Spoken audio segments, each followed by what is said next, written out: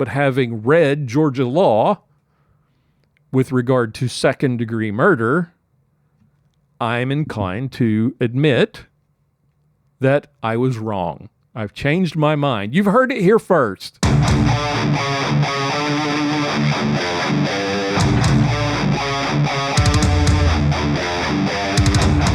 Bringing you law, gospel, and guns. This is Armed Lutheran Radio. Hey folks, welcome to another episode of Armed Lutheran Radio, a show about guns, hunting, competitive shooting, the natural right of self-defense, and what God's Word says about the issues surrounding gun rights and gun ownership. I am your host, Lloyd Bailey, the Armed Lutheran, and this is episode number 495. We are counting down the days, counting down the episodes to our 500th episode, which is coming up in a few weeks. Thank you all for making Armed Lutheran Radio a part of your week again this week. Thank you to those of you who are returning, who have listened before and enjoyed what you heard and decided to come back. Those of you who are listening for the first time, where have you been? We've been doing this for 10 years. Glad to have you here, though. I'm so excited that you did find us, and I hope you will come back. I hope you will go back and listen to some of the previous 490 some odd episodes that are out there in the on the interwebs, and I hope you enjoy it. Hope you will come back for more next week. Thank you also to our good friends at who are members of the Reformation Gun Club. Thank you all so much for your support. Really do appreciate the men and women who make this show possible through their monthly and yearly contributions to the show. If you would like to become one of them and be invited to online hangouts, we're going to have one coming up this month. And then, of course, the big 500th episode, we'll send out invitations for our members for that episode as well. So if you would like to support the show and see it continue, how many more we will do after 500, who knows? But if you would like to see it keep going, visit reformationgunclub.com, www.reformationgunclub.com, or go to Give, Send, Go, and look for a link. Just search for Armed Lutheran Radio, or you can go to the website, www.armedlutheran.us, and look for the Contribute to the Mission button, the big blue button in the middle of the website. That will take you to Give, Send, Go, our crowdfunding partner. Any amount is welcome and greatly appreciated, whether it's $1 a month, $1 a year, $100 a year, $100 a month. Hey, a podcaster can dream. Whatever you decide, whatever the Spirit moves you to give, we do appreciate. Thank you all so much for your continued support. All right, episode 495. What are we talking about today? The idea for this episode comes from the story of a man named Colin Gray, who is back in the news recently. Trying to see how recent this is. This popped back up July 30th. This is an article from CNN, but I saw it on a number of different sites, and I wanted to address this because this taps into something that I've been talking about your responsibilities as a parent, your responsibilities as a gun owner. But I wanted to discuss this particular story and get your feedback on it as well. This from Winder, Georgia, July 30th. This article from CNN, but it's in a number of other sites. Colin Gray, the Georgia father whose teenage son killed 4 people in 2024 in a school shooting, was sentenced to 15 years in prison in a landmark case testing the limits of who can be held responsible for a mass shooting. Now, Gray was found guilty of murder and manslaughter. This was, I believe, in March. Yes, back in March of 2026, when a jury convicted him of all 27 charges 2 counts of second-degree murder, 2 counts of involuntary manslaughter, and 18 counts of cruelty to children, and 5 counts of reckless conduct. So as a result of that conviction, he has now been sentenced to 15 years in prison. And this all stems from the fact that he bought an AR-15 style rifle for his son, his teenage son, as a Christmas gift, and then left it unsecured, leaving the child, his son, in having unrestricted access to this firearm despite warnings that his son was a danger to other people. And the charges were based on his criminal negligence rather than any intention to cause harm. His trial is part of a broader push to hold parents of juvenile mass shooters accountable. He's the first parent of a school shooter to be convicted of murder. The case bears close similarities to that of James and Jennifer Crumbley, whose then 15-year-old son killed 4 students in 2021 at a high school in Michigan. The Crumbleys were each convicted of involuntary manslaughter and sentenced to 10 to 15 years in prison. And their son was convicted and sentenced to life in prison without parole. Now, this is a tough one because I have advocated for years that parents who don't properly secure their firearms, particularly those who know that their children are potentially dangerous. And even if you don't know that your child is potentially dangerous, leaving your firearms unsecured and giving your teenage child or younger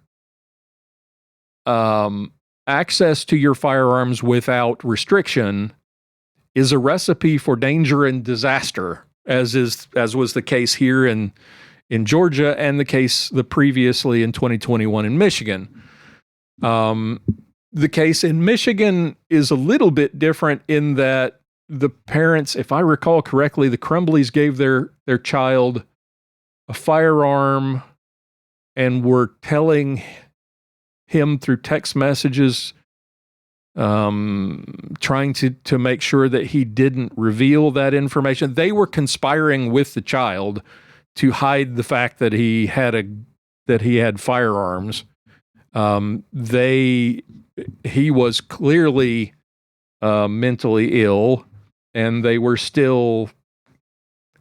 kind of playing this game with their son about, hey, we're pulling the wool over the school's eyes. And so they got what was coming to them, and I don't really have a problem with that. And I don't have a problem with it because they were charged with they were charged and convicted of something very different.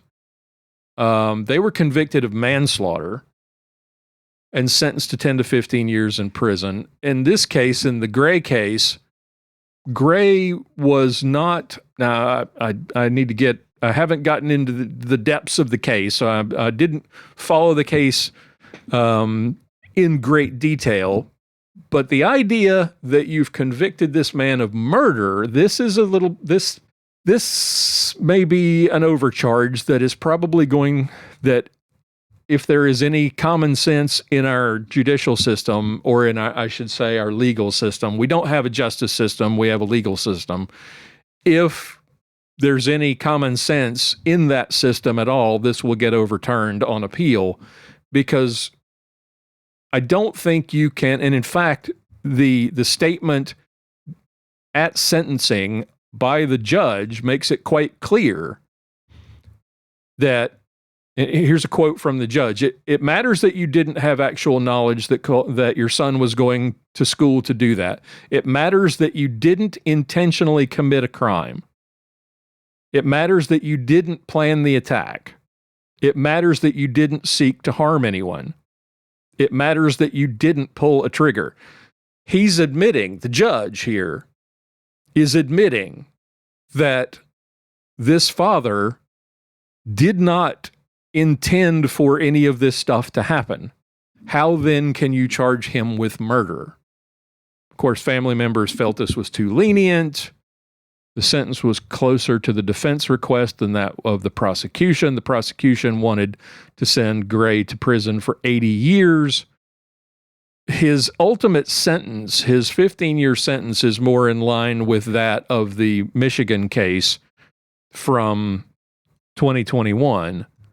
Now, I have said for many, many moons that I believe that parents should be held accountable in some way for allowing their mentally deranged children, especially when they know that they've been warned that there is an issue, that if they allow their children access to firearms, they should be held responsible in some way. To me, it's different if this case and the Crumbly case in 2021, the parents knew the child was dangerous. They'd been warned many times. They knew this was an issue. They still gave the child firearms and gave them access to the firearms without restriction. In this case, and in both cases, what I've argued for in the past is that the parents should be held responsible civilly.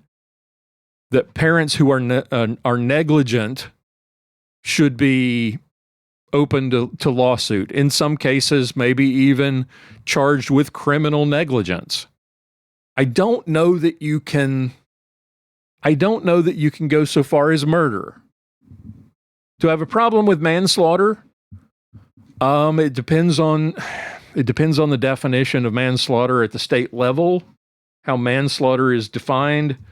In Georgia law, let's see, Georgia Code, Section 16.5-3, manslaughter, murder, homicide.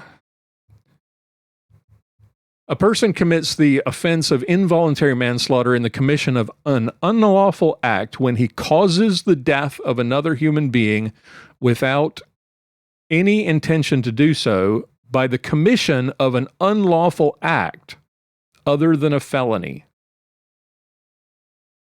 A person commits the offense of involuntary manslaughter in the commission of a lawful act in an unlawful manner when he causes the death of another human being without any intention to do so, by the commission of a lawful act in an unlawful manner likely to cause death or great bodily harm. I think that's where you get him.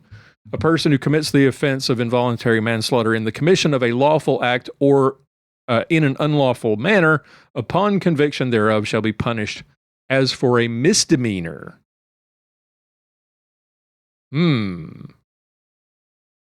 Interesting. Okay.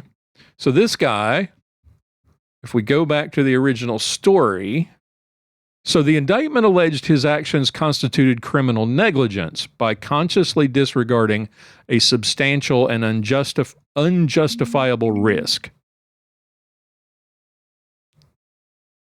So the argument is, so some have argued that he's being punished for the crimes of his son, but what their argument, the argument of the prosecutor, is that he was being punished for his own actions, his own negligence, which then led to his son's crimes. I'm not sure I have a whole lot of problem with this, to be honest. As I've said before, I am not a Second Amendment absolutist. I'm not one of these people who will argue that any restriction is unconstitutional. And the idea that you would give a firearm knowingly to a teenager or give access to a firearm unknowingly to a teenager who you've been warned is a risk, is a mental health risk, then yeah, that's on you. So you're not being punished. You should not be punished for the crimes of your child, but you should be punished for your own negligence. And I don't have a problem with that. What I do have a problem with is charging him with second-degree murder. I'm not even sure involuntary manslaughter I can get. I can get behind the involuntary manslaughter thing. I just can't get behind the idea of charging him with murder for an act of negligence. Is it based on the definition of involuntary manslaughter? Yes. He should be 2 counts of involuntary manslaughter, absolutely. 2 counts of second-degree murder. Let's see what how Georgia law defines second-degree murder.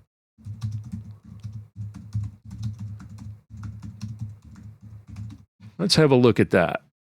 A person commits the offense of murder in the second degree when, in the commission of cruelty to children in the second degree, he causes the death of another human being, irrespective of malice. Okay. That sets things differently, I think, then.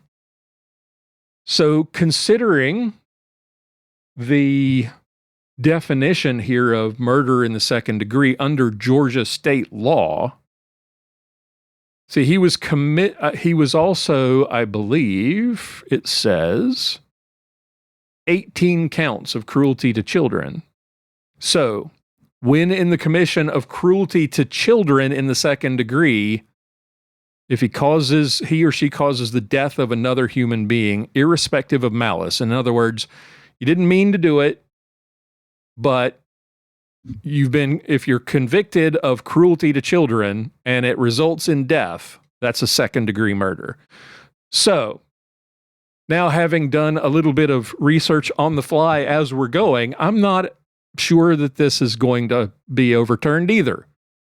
Now that I say this, and I'm not sure, I'm changing my mind on this as we go. When I came into this and I read this article, my first reaction was, I don't know about this. I feel like this is an overreach. I feel like this is overcharging.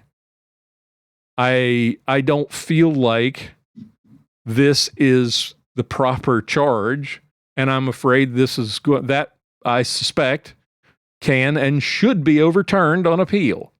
But having read Georgia law with regard to second-degree murder, I'm inclined to admit that I was wrong. I've changed my mind. You've heard it here first. In real time, you've heard me change my opinion on something. See, I'm not so black and white about things. I'm inclined to agree with this sentence then. Just like the sentence of the parents from Michigan in 2021. Now, do I think he should go to prison for 80 years? I don't know. Don't really have an opinion on that. But I think this is a precedent that I think is one that should be shouted from the rooftops. And I think it's one that we in the Second Amendment community should be in support of, to be honest. I believe that your rights under the Second Amendment are inviolate. Your rights under the Second Amendment are sacred. But I believe those rights come with responsibilities. And part of the responsibility, when we talk about law-abiding gun ownership, when we talk about responsible gun ownership, we're not talking about what this man did. This is the exact opposite of responsible gun ownership. This is absolutely the opposite.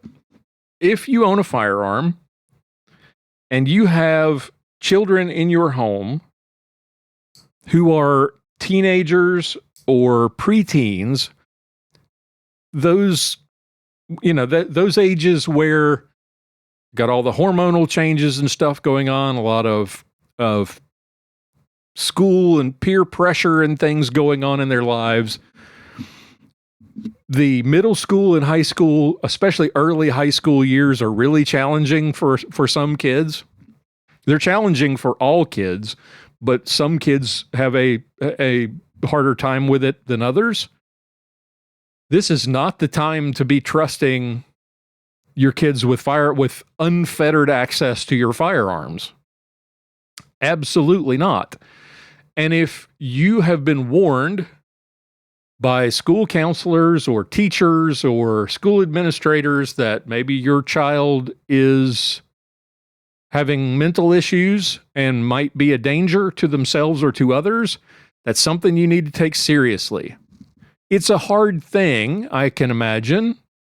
You're a father, you're a mother, you think you've done all the right things, you've raised your child what you think is the right way, you think you're doing a good job, you hear these things about your child and you feel attacked. You feel like your competence as a parent somehow is being attacked because your child has been misbehaving, or your child is a concern, a safety concern at school. The proper response to this is not to think, what the hell do they know? I'm the parent. I'm not saying you should, let me set this aside a bit, or set this up a little better. I think that if you have warnings from the people that you trust your children with 8 hours a day, 180 days a year, if they're warning you that your child is potentially dangerous, that's something you should take seriously. Now, if they're warning you that your child is, a girl born in a boy's body or vice versa, then that's a school you need to get your kid out of, but you still probably need to look into the underlying issues, mental health issues with your child. But when it comes to this, and when it comes to guns, you got to take this incredibly seriously. It is your responsibility as a gun owner to make sure that your firearms are secure. It is your responsibility as a parent to make sure that your children and your children's friends don't have unfettered access to your firearms, especially when they are either too young to know how to handle a gun safely. I shouldn't even have to qualify this. If they're under the age at which it's legal for them to own a firearm themselves, then you should not give them unfettered access to your firearms. Period. I would argue that even adult kids, you shouldn't give them unfettered access to your firearms. They're your firearms. You are responsible for them. So yeah, I came into this thinking, this doesn't sound right. This sounds like overcharging. This sounds like we're blaming the parent for the sins of the child. But no, this is the sins of the father. This is negligence on the part of the father. And yes, under Georgia law, this man is guilty of second-degree murder. Under Georgia law, a person commits the offense of murder in the second degree when in the commission of cruelty to children in the second degree, he or she causes the death of another human being. That is the law in Georgia, Section 16-5-1, subsection A. It's Title 16, Article 1, Section 16-5-1, if you want to look it up for yourself. I came into this thinking this was an overcharge. It's not. And no, this guy didn't pull the trigger. But that's not what he's being charged for. Remember when there were these cases where dogs got loose and mauled small children, and ultimately the owner of the dogs was held responsible? You can't hold the animal responsible, so there was an effort to hold the dog owners responsible because they failed to secure their children, their dogs, and their dogs mauled unsuspecting small children. And there were some who argued, well, how can you do that? Those people didn't harm that child. The dog did. The idea of those cases was not to charge the dog owner with the mauling. It was negligence that allowed the mauling to happen. That's what you charge those dog owners with. And I fully supported it and still do. And I fully support this. And if you're a gun owner, you should too. We often argue whenever there's talk about common sense gun laws on the part of gun banners like Everytown for Gun Safety or Bloomberg or any of the others, Giffords, and they go on about common sense gun safety law legislation.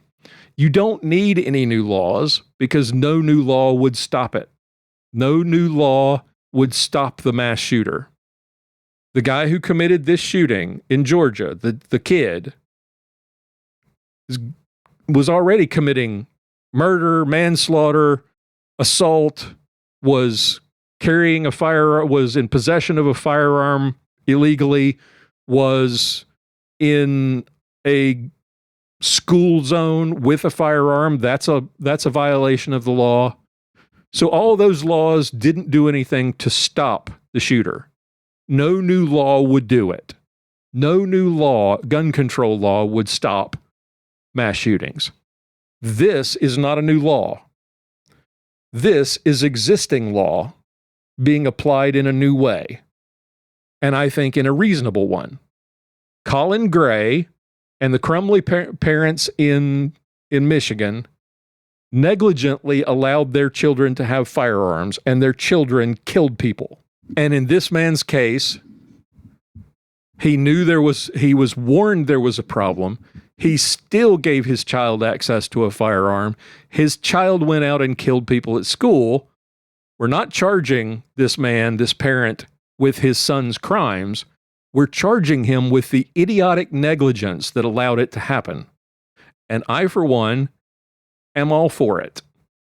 Because this should send a message to parents around the country to take it seriously when it comes to securing your firearms when you have children under the age of 18 living in your home. Yep, you may take them hunting. They may be perfectly safe with a firearm. You may take them to the range. All of that good stuff doesn't matter. Those aren't their firearms. They're yours. When you buy a gun for a child who's not supposed to have a gun, and then you give them unfettered access to it and they go out and kill people, you're responsible for that, partly. You're responsible not for pulling the trigger. You're responsible for making it possible. And that's what this guy and the Crumley parents are charged and convicted of. And like I said, I'm all for it. And you should be too. We can't sit here and say, responsible gun ownership, talk about responsible gun ownership, talk about law-abiding gun owners, and then allow this crap to happen and say, and then scream like this is some injustice when a gun owner, a moron, does this and allows his child to commit mass murder. If now someone will come back and say, well, what about cars? What about if you give your kids a car and they kill someone in a car accident? It's a little bit different. Little bit different. You gave them a car and they had an accident. You gave them a car they were legally allowed to own and have access to without your presence, without your supervision, and they had an accident. That's tragic. It's terrible. That's on them, not on you. Unless, of course, you gave them the car and said, go run over Jimmy down the street. That's a whole different thing. In this case, I think the only parallel you could draw with cars and guns, just like the stupidity of arguing about cars and guns in general, but in this case, the only way to make a parallel would be, say, your son is a drunk. You know your son has substance abuse problems, and you know that they have driven drunk in the past, and you gave them the keys to the car when they were drunk. Then it's on you. Other than that, no. In this case, this man knew his child had problems, had been warned his child was potentially dangerous, and still gave the child access to a firearm. That's a bad idea even when your child isn't a danger. In this case, it's doubly dangerous, doubly bad, doubly moronic, and this guy's getting what's coming to him. And like I said, I'm down for it. And I think instead of the pro-gun community coming out and saying nothing about this, or coming out and saying that this is a bad idea and arguing against this prosecution, I don't think that should be the take at all from the pro-gun community. The pro-gun community should be saying, this guy's a moron. He's not one of us. He's not part of the law-abiding gun owner community. He's not a responsible gun owner. He's not one of us. We're not defending him. And we should be announcing this verdict and this sentence from the top of every rooftop around the country, in every pro-gun magazine, in every pro-gun website, in every pro-gun podcast. We should be standing behind this prosecution and this sentencing and saying, look, this is what happens when you don't live up to your responsibilities as a gun owner. Because what you've done has cost the lives of children. It's ruined people's lives forever. And you've now made the rest of us, law-abiding gun owners, look bad. No, you are a pariah. Go rot in prison. That's where I stand on this. I am not unequivocal. I'm not going to equivocate about this. Remember, I came into this, I started this episode, I pushed record thinking, I kind of support this idea, but I think this was an overcharge. And the more I read as we're doing the podcast, my mind changed. No, this guy's getting exactly what he deserves. And we in the pro-gun community need to be celebrating it alongside all the other people who talk about common sense gun reform. This didn't require changing the law to punish someone for their negligence. This is already covered under existing law. And this is an argument that we have said in the pro-gun community over and over and over again. Instead of every time there's a shooting, we talk about new gun control. Why don't we just enforce the laws we have? And that is what we're doing here in this case. It's what happened in the case in Michigan in 2021. It's exactly what we need to be doing. Enforce existing laws instead of creating new ones, and make examples out of those who abuse their rights under the Second Amendment instead of defending them. This guy should be shunned and made a pariah. He is not one of us. And if you defend him, which I was not going to do, my question coming into this was, I'm not sure we can charge him with murder on this. I mean, he didn't pull the trigger. But once you look at the law, it makes perfect sense. And it's exactly what should be done. Enforce the laws we have on the books. Now, whether or not you want to talk about how the disparate enforcement of the law and disparate prosecution, that's a whole different discussion, and I'm down for that too. But this is doing the exact thing that we've wanted the law to do, the legal system to do, enforce the law that we already have on the books. Okay. I'm getting off my soapbox now. I'm going to stop ranting now that I have come to my senses on this and actually done a little more research.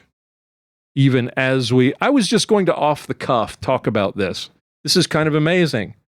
I was going to make a comment about this, talk about my position on the idea of, holding parents accountable, which I've talked about before and have supported the idea of in the past. But I was going to point to this one in support of that, but also to ask, is this an overcharge? Is this maybe going too far? As the show went along, I came to my senses.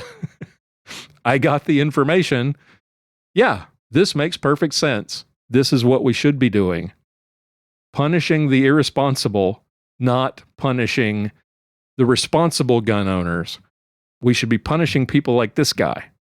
We should also be punishing the criminals who are committing all the shootings in places like Chicago. I'm totally down for that. And I know we're not. We're just putting people back out on the street. That's a whole different discussion for a whole different day. But this makes our point. Uphold the law. Use the law as it stands without creating new laws. We already have laws against what has been done here.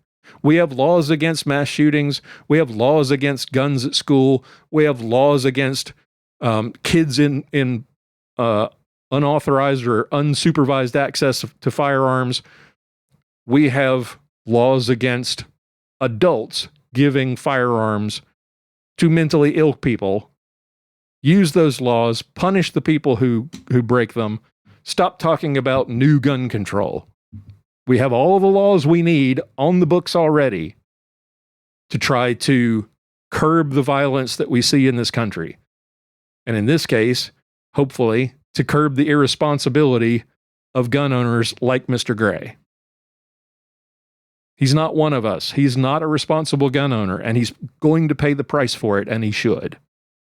Okay. I was getting off my soapbox a minute ago. Now I'm really getting off my soapbox. If you have any thoughts about this, if you have any comments or any questions, if you agree, if you disagree, I'd love to hear from you. Leave us a comment on Facebook at the Fans of Armed Lutheran Radio, or on our Facebook page, or on our YouTube channel. We'd love to hear from you. We're counting down to 500. Episode 496 is coming next week. Till then, keep shooting, keep praying. We'll talk to you next time. For show notes, be sure to visit our website at www.armedlutheran.us. Check out the Facebook page, The Armed Lutheran, or join our Facebook group, Fans of Armed Lutheran Radio. If you like what you hear, please leave us a comment on our feedback page at armedlutheran.us/feedback, or a review on iTunes, and let us know what you think. Thank you for listening to Armed Lutheran Radio.